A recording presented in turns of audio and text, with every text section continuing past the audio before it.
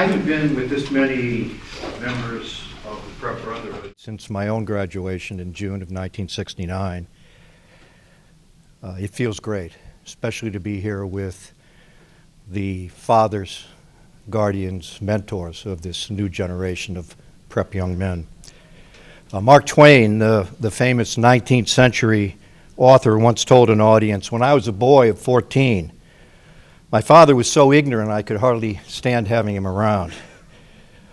But when I got to be 21, I was astonished at how much he had learned in 7 years." On the night before I started here at Prep, I myself was 14 years old, and I was sure that my father not only didn't know anything, but he was ruining my life, because I did not want to go to Fairfield Prep, period. He made me go. I wanted to go to Greenwich High with my friends. But I'll tell you, within a week, it was astonishing. Within a week, and while I was still 14, I knew he was right. It was perhaps the single most important thing he ever did for me in his life, and he did a lot of things for me. And unlike Mark Twain, I didn't have to wait until I was 21 to realize that my father knew something worth knowing. So I'm here to say to you young guys here, give your dad the benefit of the doubt. Right? There's actually a possibility that he may know something worth knowing. Now, how did my dad get so wise? Well, it's a thing called life experience, and your dads have an abundance of it. My father was born to Irish immigrants, John Barron, Kate Hennessy. They met in Boston in 1918, each having just arrived from different parts of Ireland, dirt poor, with virtually no education. John was a chauffeur at a wealthy estate, and Kate was hired as a maid there. They met, they married, they had 8 children. My father was the fourth son. The Great Depression was a terribly bad break for that family. When he could find work at all, my grandfather dug ditches with a hand shovel for $1 a day. I never met him. The struggle broke him. Frustration, depression, alcoholism, and early death. But I did know my grandma Kate for 3 decades. And I'll tell you this, with the kind of education that I had, starting in earnest right here at Prep, and with a few breaks in life, she could have been a lawyer, a doctor, a CEO of a corporation. As a boy, my father was a bit of a discipline problem and not always a motivated student. But he caught a big break when a nun at St. Gregory's Parish School in Boston saw a spark of potential in him, and she talked to the Jesuit fathers at BC High. He always believed, and I heard him say more than once during my life, that Sister Mary Agnes had saved his life. He didn't graduate from BC. On his 18th birthday, he left in the middle of the school year, and believe it or not, in the middle of his team's hockey season, to join the Navy during World War II. And then he caught another big life-changing break. He qualified for the GI Bill when he came back from the Pacific, and he enrolled at BC, going during the day and moving furniture at night. In 1952, he started his career as a lowly salesman at the CBS television station in Cleveland, Ohio, and it turned out that he had a really good head for this business that was just getting started. And that was another big break. Over the course of the next 9 years, he advanced quickly up the corporate ladder to an executive position in New York City, and his wife and then 3 sons went from living in a cramped apartment in a working-class suburb of Cleveland, Ohio, to living on 2 acres in Greenwich, Connecticut, in a house that was eventually home to 6 of us, 6 sons. We attributed his success to his talent and hard work. He himself attributed it to his lucky breaks and his Jesuit education. So coming full circle now, that's why he made me go to Fairfield Prep and why my 5 brothers followed me. In 1964, I was in 8th grade at Central Junior High in Greenwich, and I too was a bit of a discipline problem. Sometimes a good student, but mostly an unmotivated one. And I was looking forward to finishing at Central and then going on to Greenwich High with my friends. We were mildly delinquent, nothing serious. Food fights, a few real fights, some foolish pranks, that sort of thing. But I was happily muddling along, getting by, and staying out of serious trouble. And then my father stunned me one day by announcing that if I could get in, I was going to a school called Fairfield Prep that I had never heard of. And I said, no, I'm not. But it wasn't up for discussion. So I showed up at Prep in September of 1965 in a very sullen mood. But as I said, it took only a week for me to realize that the old man did know something. This was the place for me. I excitedly told my grandma Kate that I was going to a new school called Fairfield College Preparatory School. And my grandmother, who only knew one person who went to college, my father, she said, oh, Frankie. That's what she called both me and my dad. Oh, Frankie, that's just great. If you go to college, you can get a job that's indoors with no heavy lifting. That was the pinnacle of success for the blue-collar Irish immigrants in Dorchester, a job that was indoors with no heavy lifting. We now have this logo at Prep. I don't see it right here, but it's Be Ignited. And I love that logo because that's what happened to me in September of 1965. I was ignited.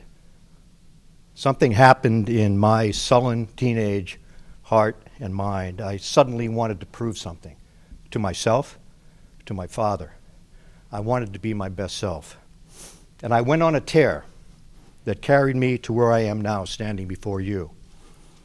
Just one generation removed from the desperate poverty into which my grandparents were born and my father was born. A witness to the power of the American dream, the power of education.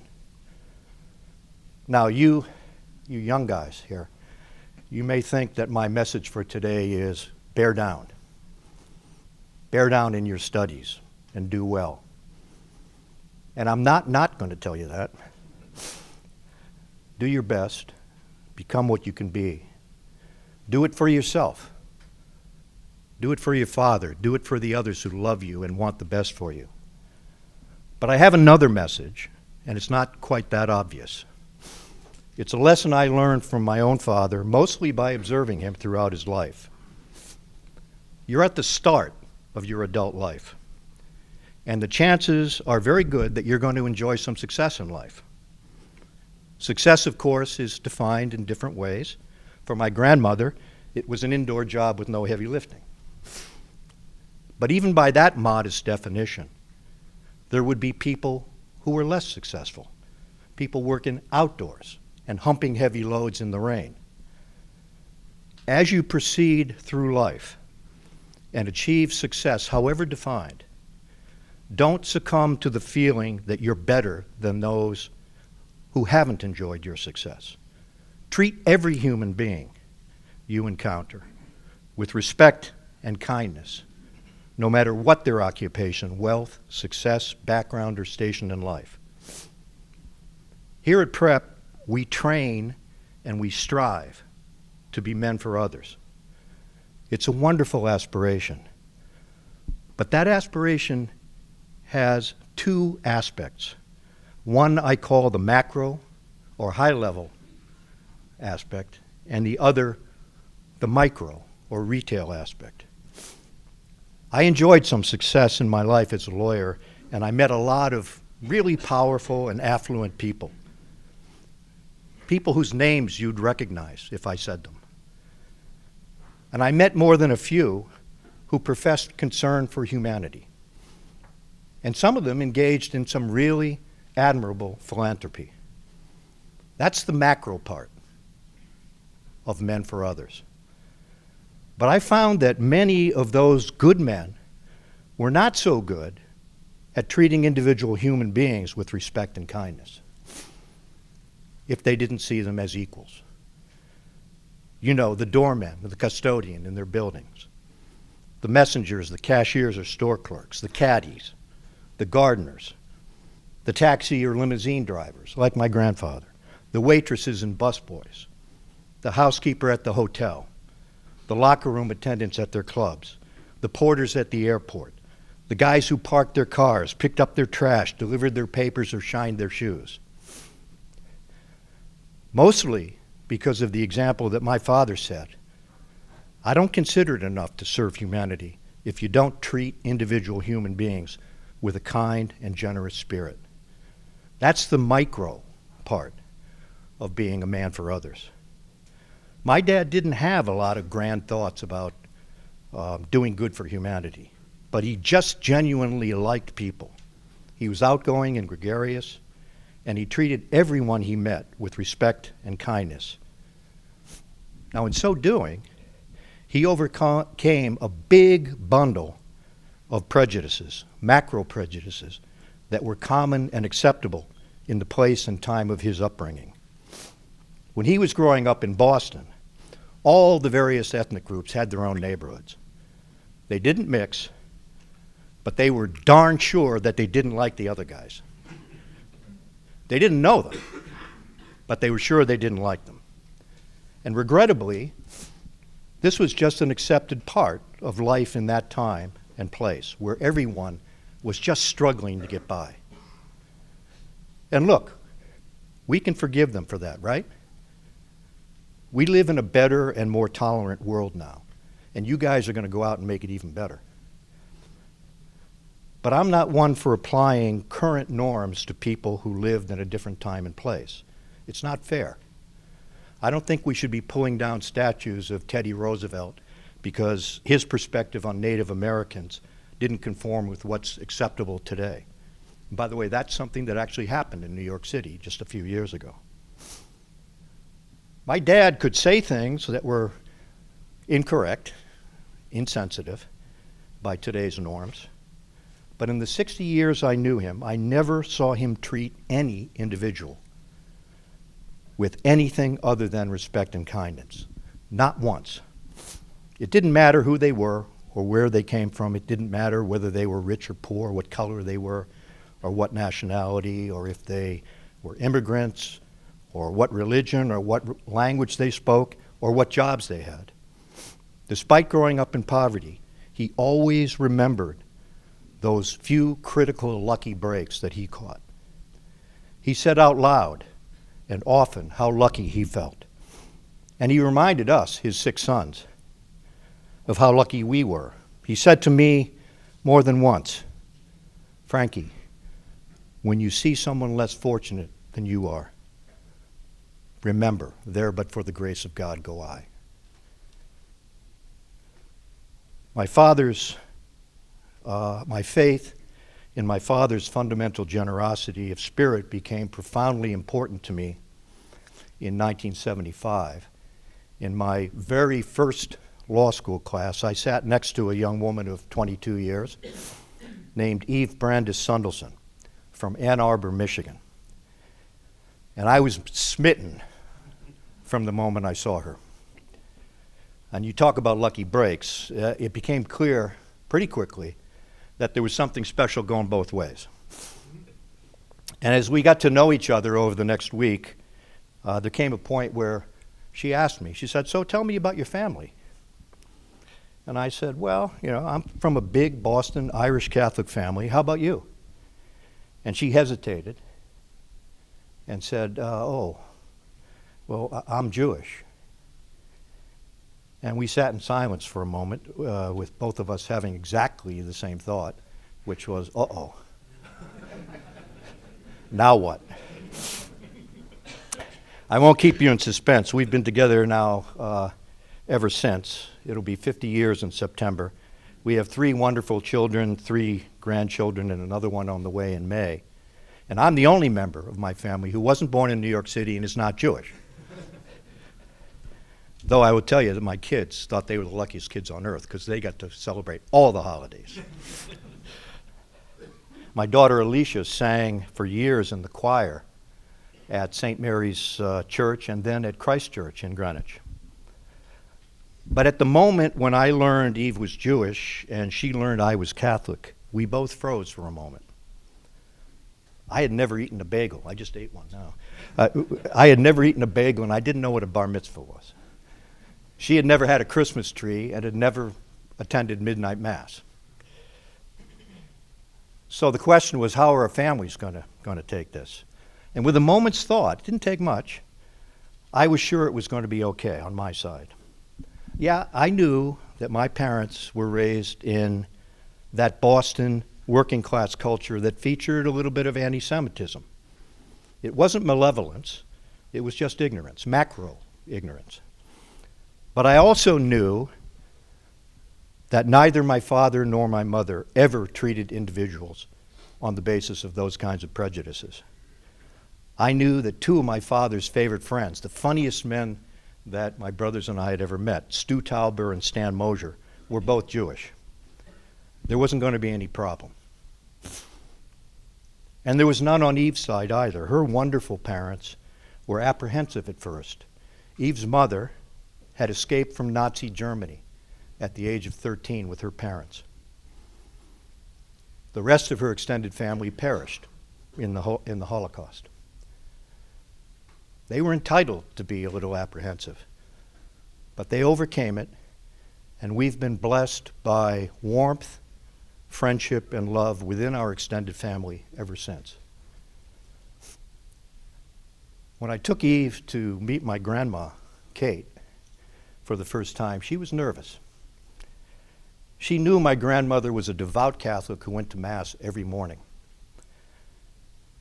And she had heard that of her 25 grandchildren, I was the favorite. She had heard, in fact, and this was true, that on her television set in her tiny Dorchester apartment was a bust of Pope John the 23rd, John F. Kennedy, and a picture of me in 7th grade. So she's thinking that maybe my grandmother's wish list does not include having her favorite grandson marry a Jewish girl. When we arrived at my grandmother's apartment, she was nearly 90 by then.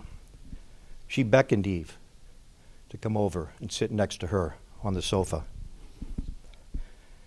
And she put her arm around this young Jewish woman whom she had never met. And she looked at her with tenderness.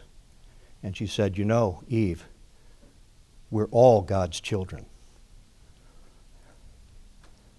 Eve has never forgotten that.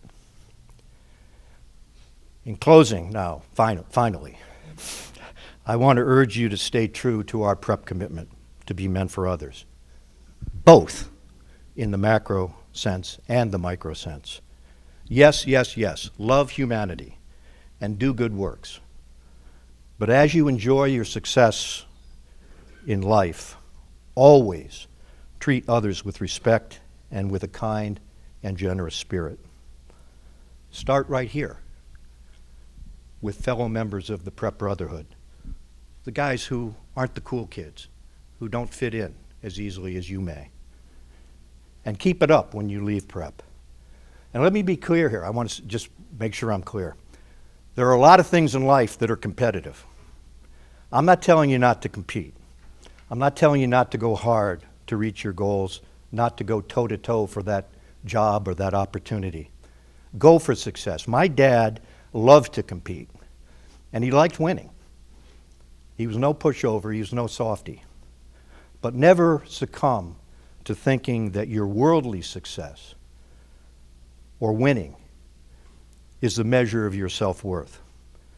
Because the true measure of your self-worth is right in here, in your heart, in your soul. And the manifestation of that is how you treat other human beings. Thank you, gentlemen. It's been a privilege to be with you, and go Prep.